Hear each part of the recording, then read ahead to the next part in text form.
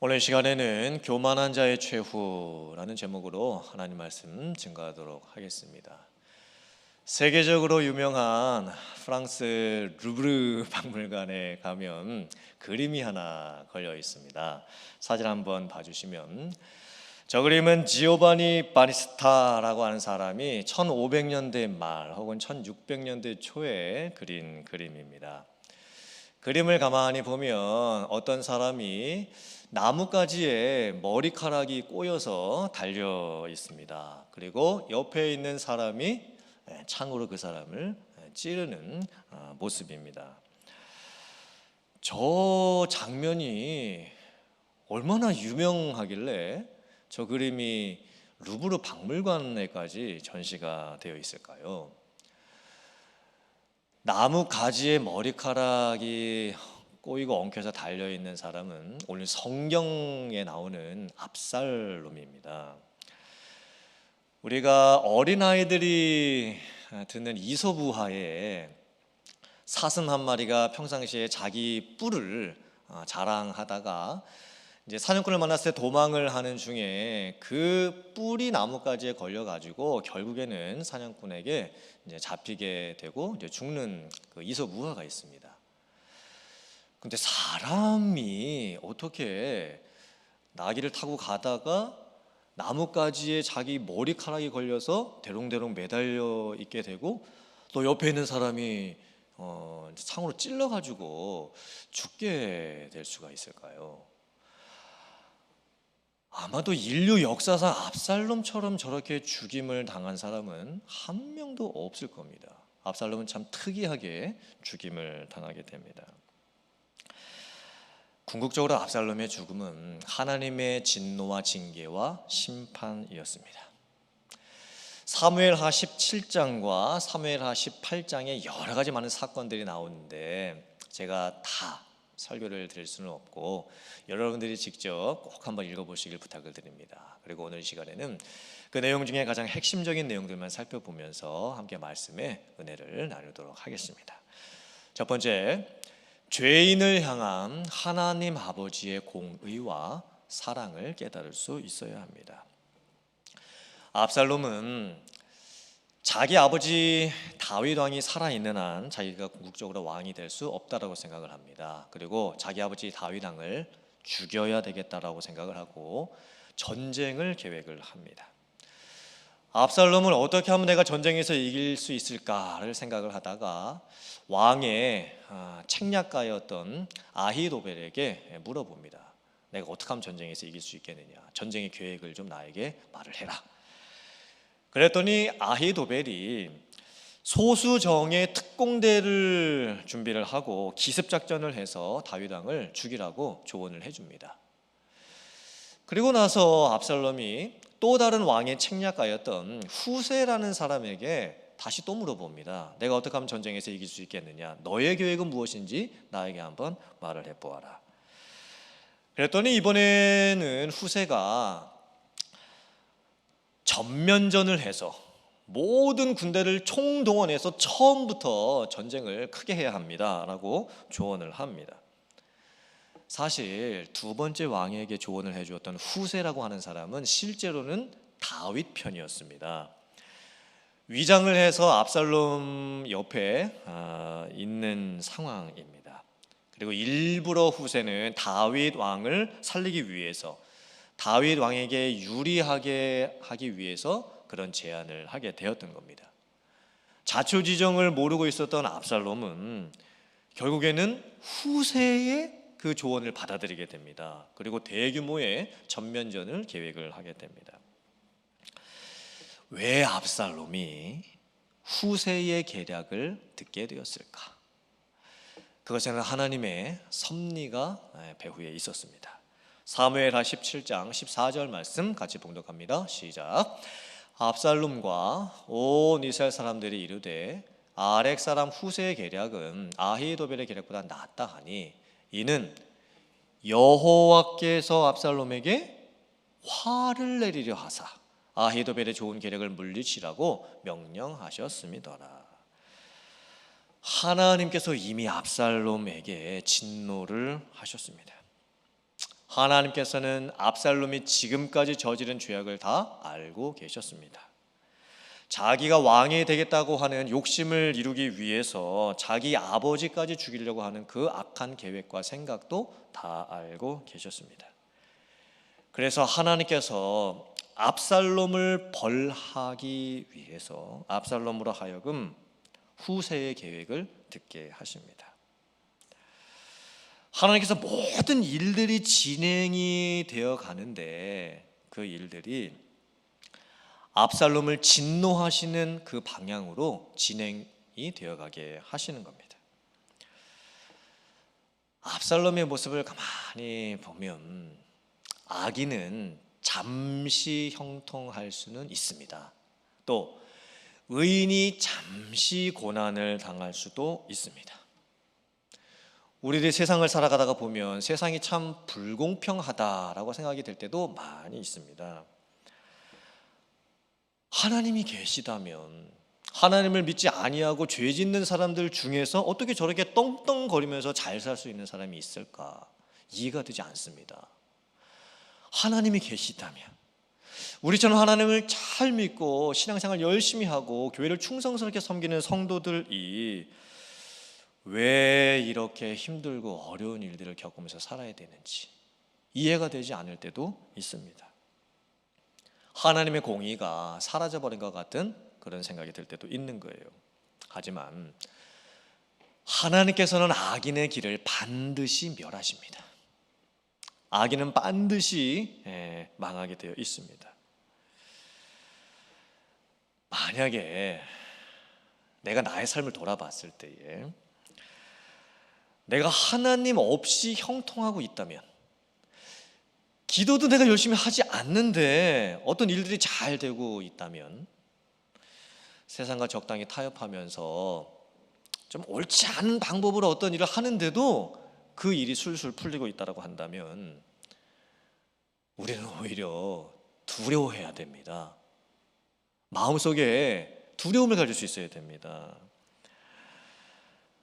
왜냐하면 하나님의 징계와 심판이 내려질 그때가 반드시 오기 때문입니다. 지금 압살롬이 딱 그런 상황입니다. 드디어 이제 전쟁이 벌어지게 됐습니다. 전쟁이 시작되는 그날에 다윗 왕이 군대 장관을 모아놓고 모든 부하들 앞에서 신신당부를 하나 합니다. 장군들과 부하들에게 간곡한 부탁을 하나 합니다. 사무엘하 18장 5절 말씀입니다. 자, 시작.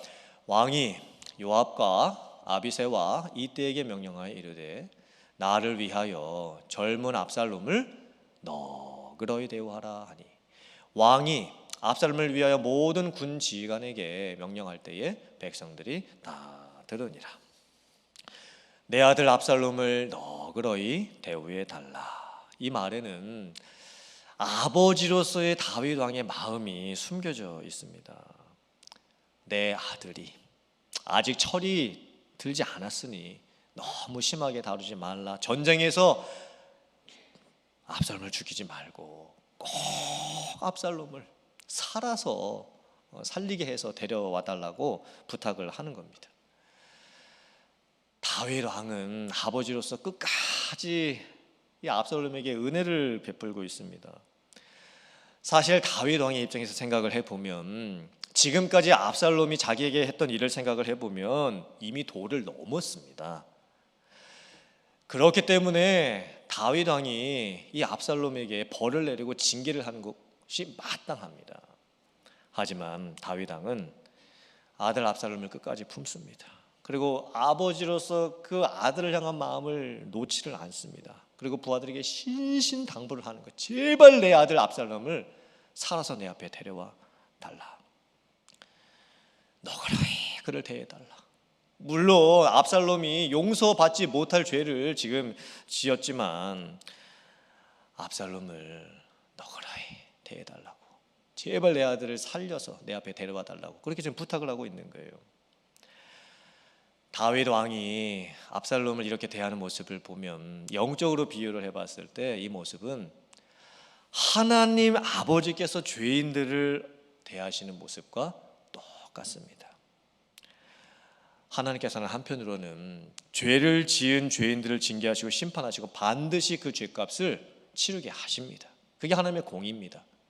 하지만 다른 한편 하나님께서는 죄인을 끝까지 사랑하시고 그 죄인이 하나님께 돌아오기를 간절히 지금도 기다리고 계십니다. 그것이 하나님의 사랑입니다. 요한복음 6장 39절 말씀 같이 봉독해 봅니다. 시작. 나를 보내신 이의 뜻은 내게 주신 자 중에 내가 하나도 잃어버리지 아니하고 마지막 날에 다시 살리는 이것이니라. 하나님의 사랑은 한 명도 잃어버리지 않는 것입니다. 하나님의 사랑은 한 명도 잃어버리지 아니하고 다 살려내는 것입니다. 하나님께서 예수님을 세상에 보내시고 예수님을 통해서 구원하시는 그 계획은 한 명도 놓치지 아니하고 다 구원하시는 것입니다. 사실 우리 안에 이미 99마리의 양이 있습니다. 충분합니다. 이미 우리 안에 들어와 있는 99마리의 양으로도 만족할 수 있습니다. 하지만 하나님께서는 우리 밖에 있는 그 한 마리의 양을 찾아 떠나십니다. 그 한 마리에게 마음을 두십니다. 그리고는 헤매이고 헤매이다가 결국 그 잃어버린 한 마리의 양을 찾고 그 한 마리를 구원하십니다. 그런데 문제는 뭐냐면 죄인들이 그 하나님의 사랑을 깨닫지 못한다라는 것입니다. 하나님께서 그렇게 오랫동안 참고 기다려 주셨음에도 불구하고 구원받을 기회를 허락해 주셨음에도 불구하고 끝까지 그 하나님의 사랑을 깨닫지를 못합니다. 로마서 2장 4절부터 5절 말씀 다 같이 봉독해 봅니다. 시작. 혹 네가 하나님의 인자하심이 너를 인도하여 회개하게 하심을 알지 못하여 그의 인자하심과 용납하심과 길이 참으심이 풍성함을 멸시하느냐. 다만 네 고집과 회개하지 아니한 마음을 따라 진노의 날 곧 하나님의 의로우신 심판이 나타나는 그날에 임할 진노를 네게 쌓는도다. 얼마나 하나님께서 안타까우셨으면 이렇게까지 말씀을 하셨을까요? 아무리 기회를 주어도 예수님을 믿을 기회를 놓치고 있고 하나님께서 그렇게 오랫동안 참고 기다리시고 하나님께 돌아오기를 기다리고 계시지만 오히려 죄인들이 하나님의 마음을 멸시합니다. 우리들이 종종 이렇게 말하게 될 때가 있죠. 또 전도할 때 사람들이 이렇게 또 이야기를 할 때가 있습니다. 아유, 저한테 자꾸 하나님 믿으라고 교회 나오라고 전도하지 마세요. 제가 알아서 할게요. 알아서. 세상에 알아서 할 것이 따로 있지 구원받는 것은 내가 알아서 못합니다. 만약에 구원을 내가 나의 노력으로 받을 수 있다고 한다면 내가 알아서 하지요. 하지만 구원은 내 힘과 노력으로 내가 알아서 못합니다. 하나님의 은혜가 먼저 있어야 구원을 받습니다.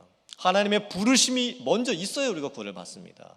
하나님의 초청이 먼저 있어야 우리가 구원을 받습니다.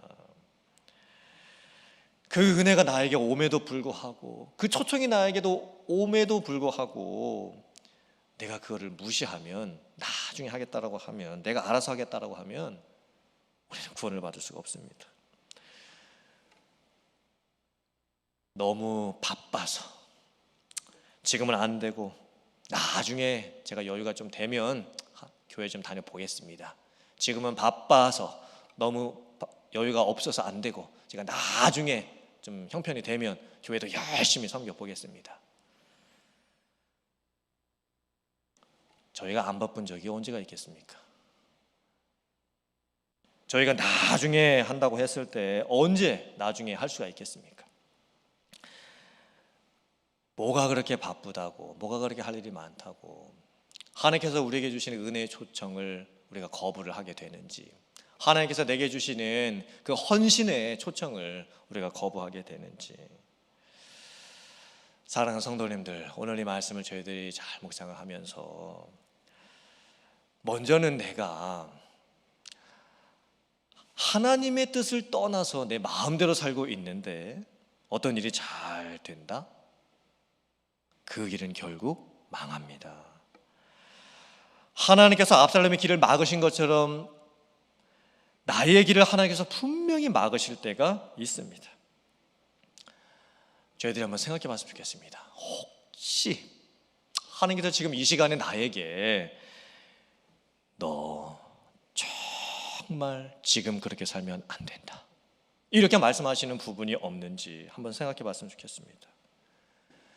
그리고 또한 내가 지금까지 그렇게 죄짓고 하나님의 마음을 아프게 하고 내 멋대로 살았음에도 불구하고 지금까지 살 수 있었던 것은 하나님께서 나를 너그러이 대해 주셨기 때문입니다.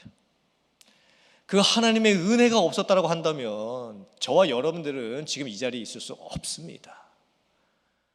이제 하나님 속 그만 좀 썩이시고 빨리 하나님께 돌아가세요.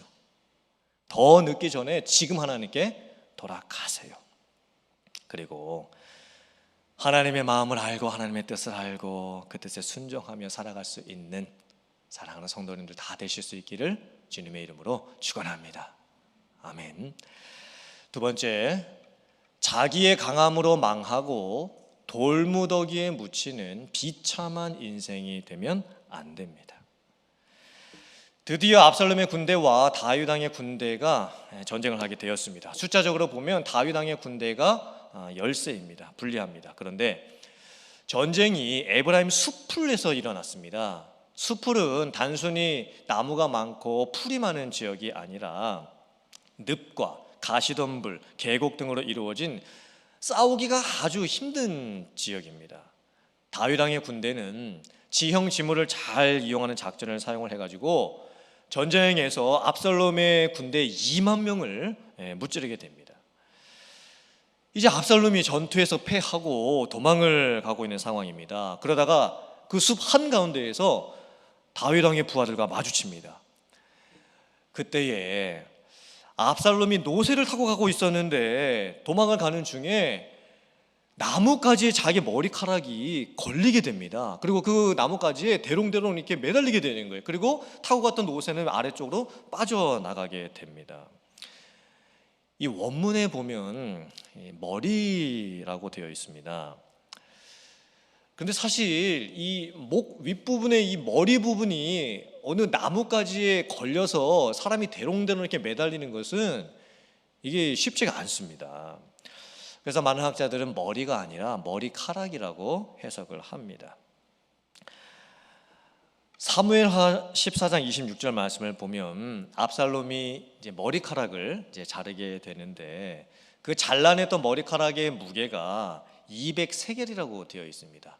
오늘날로 환산을 하면 4kg입니다.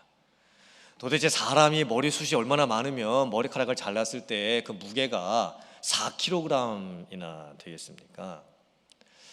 어쩌면 옛날에는 왕족들이 자기의 권위와 명예를 자랑하기 위해서 이 금가루를 머리카락에 뿌리는 경우도 많이 있었습니다. 화려한 장식구들을 머리에다가 다는 경우도 많이 있었습니다.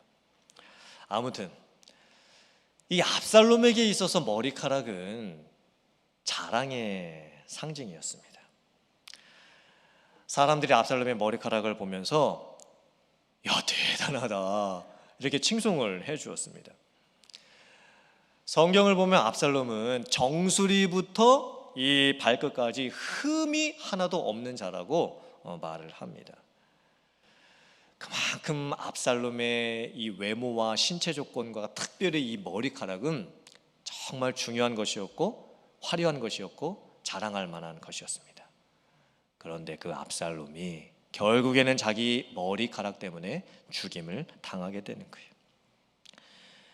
처음에 압살롬의 머리카락이 나뭇가지에 걸려가지고 꼼짝 못하고 있는 상황을 다윗 왕의 한 부하가 발견을 합니다. 그런데 그 부하가 압살롬을 바로 죽이지를 못합니다. 왜냐하면 다윗 왕이 신신당부를 했기 때문입니다. 절대 압살롬을 죽이지 말고 살려서 내 앞에 데려와 달라고 부탁을 했기 때문입니다.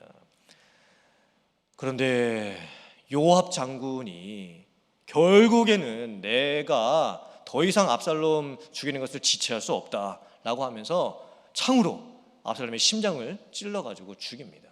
그리고는 자기 부하들 10명에게 던집니다. 거기서 이제 부하 10명들이 압살롬을 또 쳐서 완전히 죽이게 되는 거예요. 그리고는 압살롬의 시체를 큰 구덩이를 파가지고 던집니다. 그리고 그 위에다가 큰 돌무더기를 쌓아 놓습니다. 압살롬의 최후의 모습을 한번 잘 보세요. 유대 문화에서 누군가에게 돌을 던진다라는 것은, 그리고 어떤 사람이 죽었을 때 돌무더기를 그냥 그 위에다가 쌓아가지고 무덤을 만든다라는 것은 큰 반역자나 불순종한 자에게 내려지는 수치, 또 징계, 심판이었습니다. 율법에도 신명기 21장 21절 말씀을 보면 페류나가 있었을 때 돌을 던져서 쳐서 죽였습니다. 압살롬이 마지막으로 죽는 이 모습을 가만히 보면 하나님께로부터도 버림을 받고 사람들로부터도 조롱을 받는 모습으로 죽게 되는 겁니다. 참 아이러니하게도 압살롬은 죽기 전에 자기가 살아있을 때에 자기가 비석 하나를 만들어서 세워 놓은 적이 있었습니다. 왜 그 비석을 세웠는가? 압살롬이 자기 이름을 전할 만한 아들이 없는 것에 대해서 한탄을 하고 자기 스스로 자기 이름을 그 비석에다가 세워 놓았다라고 말씀을 합니다. 근데 사실 사무엘하 14장 27절 말씀을 보면 압살롬에게는 3명의 아들과 1명의 딸이 있었습니다. 근데 아마도 압살롬의 이 아들들이 어렸을 적에 다 죽은 것 같습니다. 그리고 압살롬이 스스로 생각을 하는 거예요. 이제 내가 아들도 없구나. 후대에 내 이름을 남길 만한 방법이 없구나 라고 하면서 자기 스스로가 자기 이름을 그 비석에다가 세워놓는 것입니다. 사실 비석은 내가 죽고 나서 내 자녀들이나 아니면 나를 기억해주는 사람들이 나에게 너무나 감사하고 나에게 너무나 존경을 표하기 위해서 만들어주는 겁니다. 살아있는 동안에 자기 이름을 위해서 비석을 만드는 경우는 거의 없습니다. 이 압살롬이 평상시의 모습을 가만히 살펴보면 얼마나 명예욕이 많고 얼마나 소유욕이 많았는가를 볼 수가 있습니다.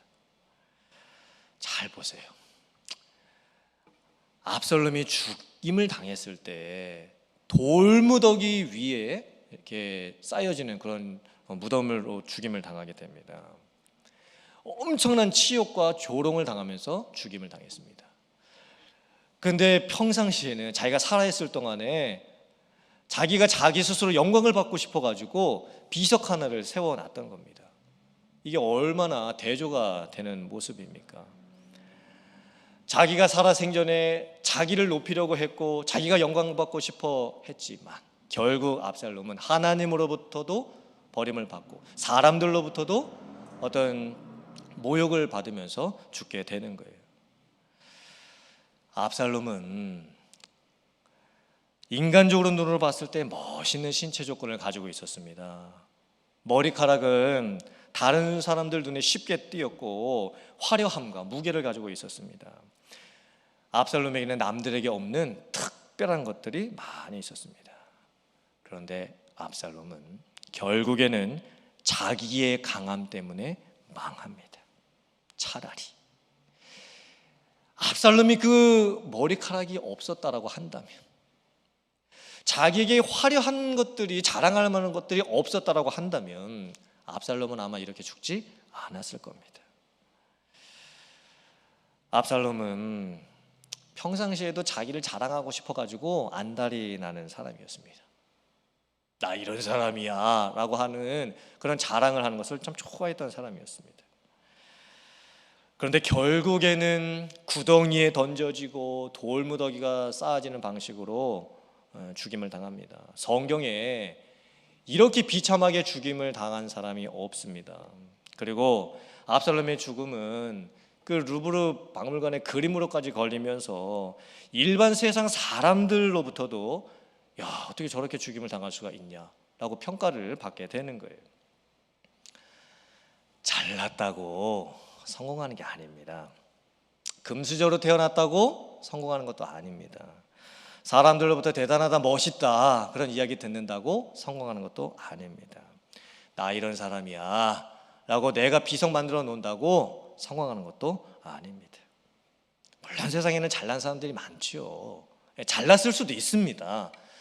하지만 하나님 없이 나 스스로 잘났다라고 한다면 그건 정말 잘났어, 정말. 이렇게 평가를 할 수밖에 없는 거예요. 그렇다고 해서 못난 인생이 되라는 것도 아닙니다. 하나님을 믿는 성도들이 늘 어려움만 겪고 고난만 겪고 몸은 아프고 세상 사람들이 봤을 때 아니 저분이 저렇게 교회를 열심히 다니시고 교회를 위해서 저렇게 많은 일도 하시는데 왜 저분은 하는 일마다 저렇게 안 되고 되는 일이 하나도 저렇게 없냐, 이렇게 평가를 받으면 안 되겠죠. 어떻게 해야 하는가? 잠언 30장 8절부터 9절 말씀입니다. 같이 봉독합니다. 시작.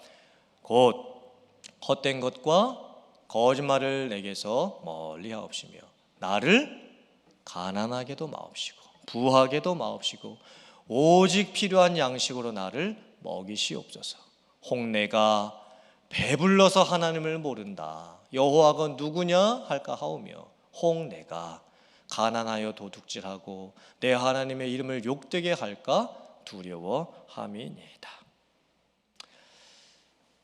부하고 강하지만 나의 부함과 강함을 자랑하지 않고 가난하고 약하지만 그 약함을 통해서 일하시는 하나님을 끝까지 신뢰하고 형통할 때 하나님 앞에 영광을 올려드리고 고난당할 때라도 하나님의 뜻을 믿고 참고 인내하는 여러분들 되시기를 바랍니다. 압살롬을 보면 압살롬의 이름의 뜻이 뭐냐면 아버지라는 뜻이고 살롬, 이것은 샬롬, 평화라는 뜻입니다. 압살롬, 그 이름의 뜻은 평화의 아버지라는 뜻입니다. 너무 좋은 이름을 가지고 있습니다. 그런데 압살롬은 정말 이름값 못하는 인생으로 끝나게 됩니다. 사랑하는 성도님들, 여러분의 소중한 삶을 헛되이 살지 마세요. 하나님께서 여러분들에게 기대하시는 모습이 있습니다. 하나님이 기대하시는 그 모습에 합한 그런 삶을 살아가시길 주님의 이름으로 축원합니다. 하나님께서 여러분들의 인생을 보시고 마지막에 여러분들이 죽는 그날 여러분들을 평가해 주실 때에 잘하였도다 착하고 충성된 종아, 네가 작은 일에 충성하였으니 내가 큰 것을 너에게 맡기노라. 이렇게 하나님으로부터 칭찬과 상급을 받는 여러분들 되시기를 주님의 이름으로 축원합니다. 교만한 자의 최후가 아니라 하나님의 은혜를 알고 내 자신의 못남과 어리석음과 죄인됨을 알고 또한 구원받은 자로서의 영광을 하나님 앞에 돌릴 줄 아는 하나님께 귀하게 쓰임 받으실 수 있는 여러분들의 삶이 되실 수 있기를 주님의 이름으로 축원합니다. 아멘.